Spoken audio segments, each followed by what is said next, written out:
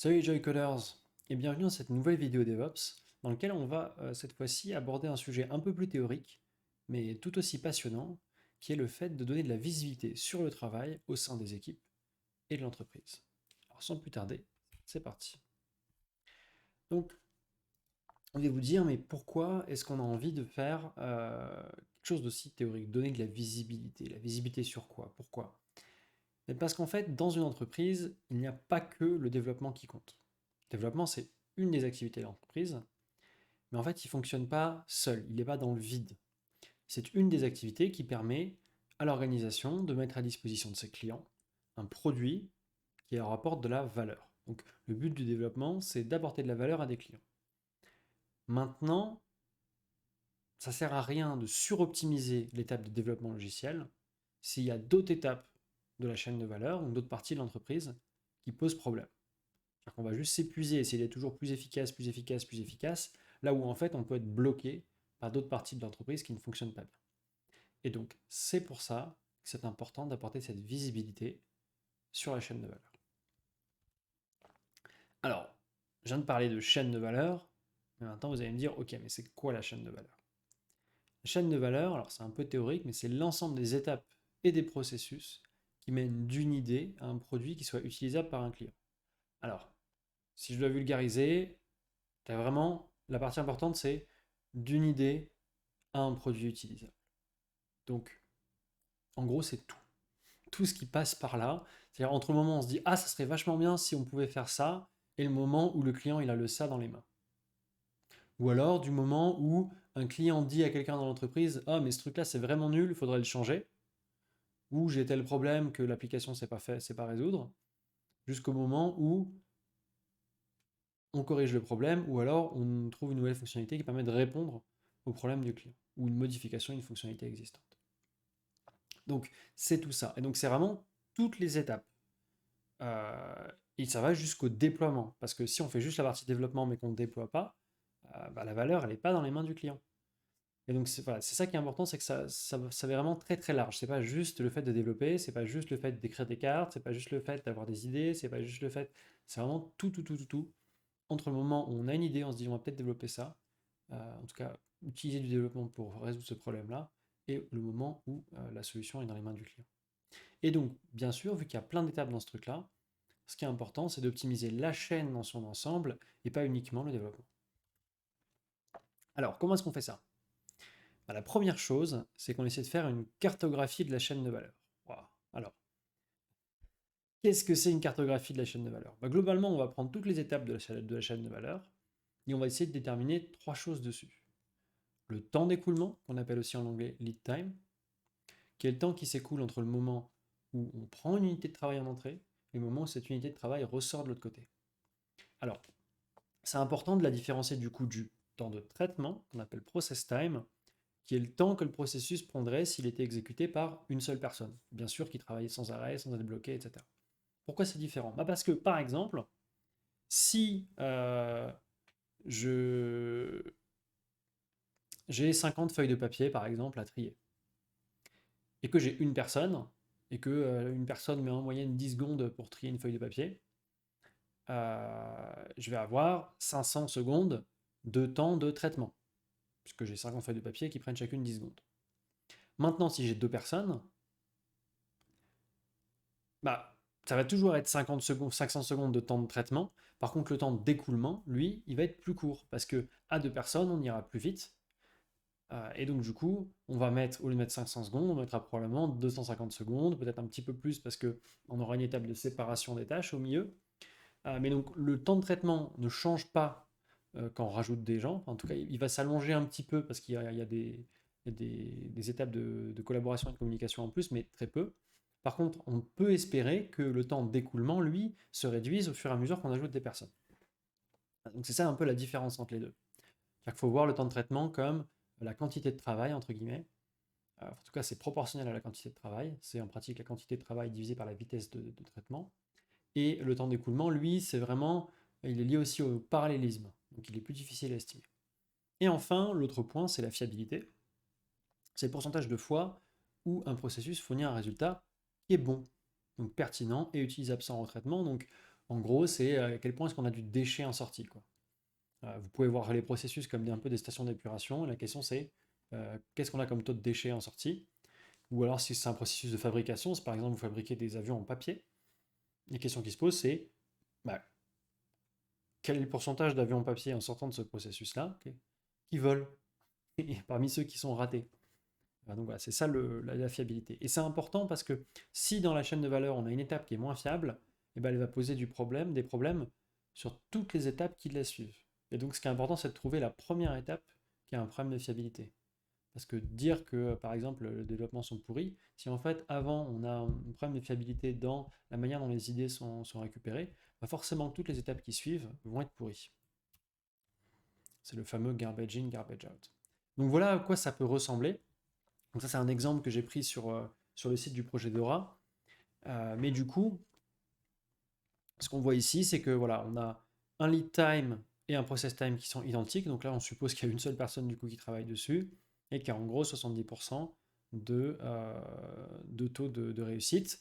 Et donc voilà, là on voit par exemple ça être 160%, donc c'est un peu moins bon. On a un process time de 2 heures, mais là on a un lead time de une heure, une semaine. Alors comment ça se fait? Je dis, bah, c'est bizarre ce truc-là. Mais en fait, c'est parce que probablement qu'ils ont autre chose à faire, ces gens-là.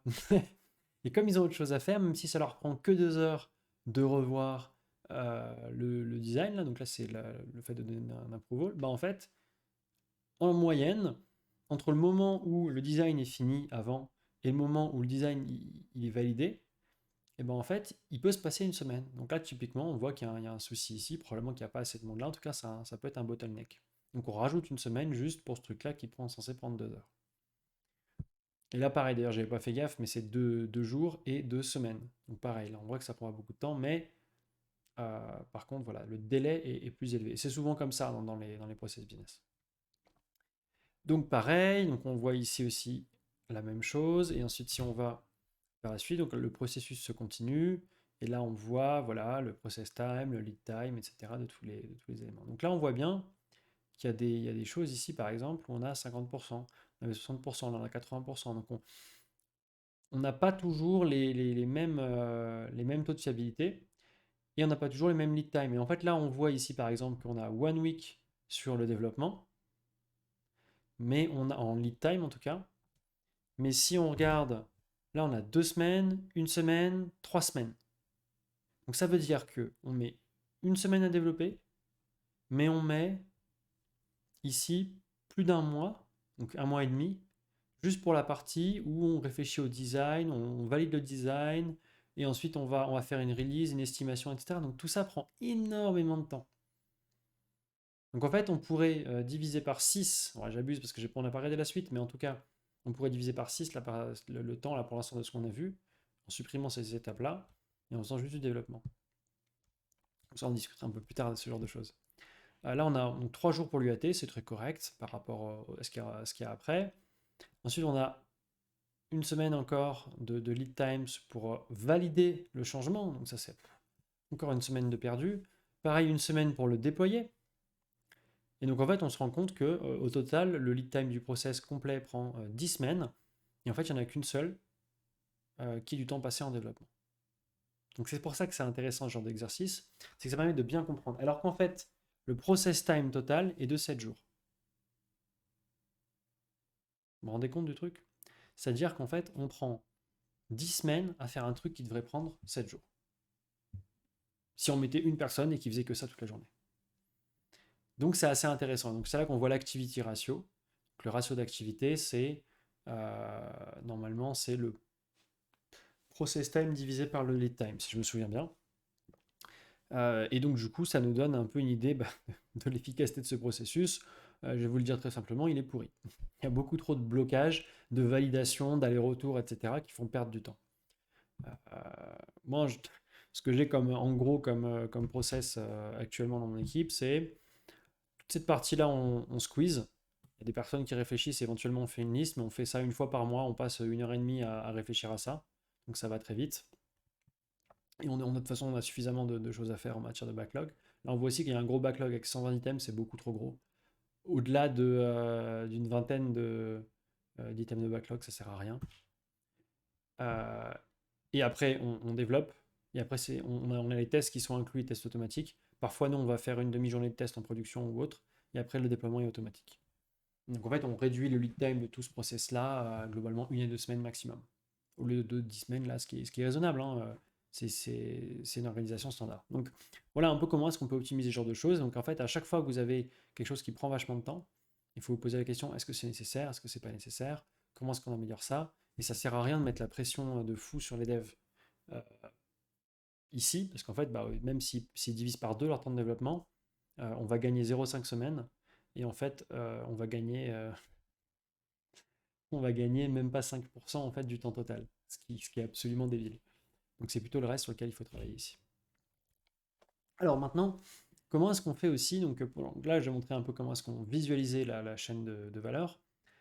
Maintenant, donc, se pose la question aussi de comment est-ce que maintenant, si on veut optimiser une étape, on optimise une étape. Donc une très bonne manière de le faire, c'est d'utiliser le management visuel. En fait, le management visuel, c'est le fait d'afficher tout le temps, constamment, donc souvent on utilise des écrans pour ça, des indicateurs qui permettent de savoir quoi faire. Donc par exemple, le travail en cours, donc qu'est-ce qui est en cours, qu'est-ce qui est bloqué, donc les gens qui rencontrent un problème, qu'est-ce qu'on doit faire après, qu'est-ce qui vient d'être terminé. Comme ça, on sait tout de suite, on n'est pas en train de se poser la question, ah bah mince, qu'est-ce que je fais maintenant? Il suffit de jeter un coup d'œil au dashboard ou au Kanban, on dit, ah oui, ok, j'ai fini ça, d'accord, bah là, du coup, maintenant, je peux commencer cette tâche-là, bam bam, et on enchaîne. Ça, on n'a pas de temps mort où on se demande, ah mais mince, mais qu'est-ce que je vais faire? Ah bah attends, je vais attendre la fin de la journée, puis je vais demander demain, ah demain, je suis pas là, enfin voilà. L'autre intérêt aussi de ces choses-là, donc en plus de la partie visuelle du travail en cours, ça permet de voir les urgences. Donc typiquement, on utilise ça pour monitorer la production. On a un tableau de bord dans lequel, à chaque fois qu'il y a un problème de latence ou une erreur sur un environnement de production, donc ça passe en rouge sur le dashboard, donc déjà on le voit tout de suite. Et aussi on reçoit des mails ou des alertes pour nous dire attention, il y a eu un souci. Et on peut jeter un coup d'œil au dashboard et voir tout de suite que ah oui, ok, là il y a tel problème, et on peut réagir tout de suite. Et donc ça évite de devoir vachement communiquer entre les membres de l'équipe pour que tout le monde ait le même niveau d'information. Pour que tout le monde ait le même niveau d'information, il suffit que ceux qui sont dans le bureau jettent un coup d'œil au tableau de bord, et ceux qui ne sont pas dans le bureau, ils ouvrent le tableau de bord sur un onglet, et c'est réglé. Tout le monde a l'information, tout le monde peut aller creuser un peu plus dans le log s'il y a besoin, et on n'est pas obligé de passer des heures au téléphone ou par mail à s'expliquer en fait, mais t'as vu sur le truc, non, là, c'est trop compliqué. Donc ça, c'est vraiment, ça fait gagner beaucoup de temps, et donc ça, ce truc-là, c'est né dans les usines, et ça marche très très bien, et donc c'est pour ça qu'on peut l'utiliser aussi en logiciel. Donc voilà, des exemples, ça va être le tableau Kanban, donc sur lequel on a les tâches à faire, en cours et faites, les diagrammes de flux cumulés qui donnent une idée du travail réalisé en cours, etc., sur différents statuts, ça peut être aussi des traitements de tickets. L'outil de monitoring des systèmes en production, j'en ai parlé, et par exemple, pour un domaine qui n'a rien à voir avec le développement, mais ça marche aussi, c'est par exemple le nombre d'appels clients, le nombre de commandes qui ont été passées, etc.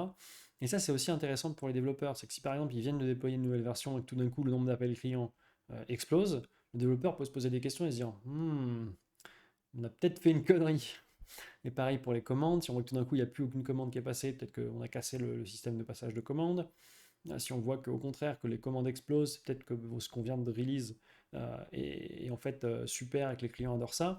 Donc voilà, c'est important d'avoir des indicateurs sur ce que son équipe fait, mais c'est aussi important d'avoir des indicateurs un peu plus globaux, des indicateurs d'entreprise, pour voir aussi l'effet qu'on peut avoir sur tout ça, même si l'effet n'est pas toujours direct. C'est tout pour cette vidéo, j'espère que ça vous a plu, donc c'était un petit peu moins technique que d'habitude, mais ça permet voilà, de sortir un petit peu finalement de cette bulle de l'équipe de développement et de voir comment est-ce qu'on peut améliorer l'efficacité au global, et du coup parfois souvent s'enlever aussi un petit peu de pression. Donc n'hésitez pas, si vous avez des questions, posez-les en commentaire, j'essaierai d'y répondre. Et sur ce, je vous dis à bientôt pour la prochaine vidéo. Ciao!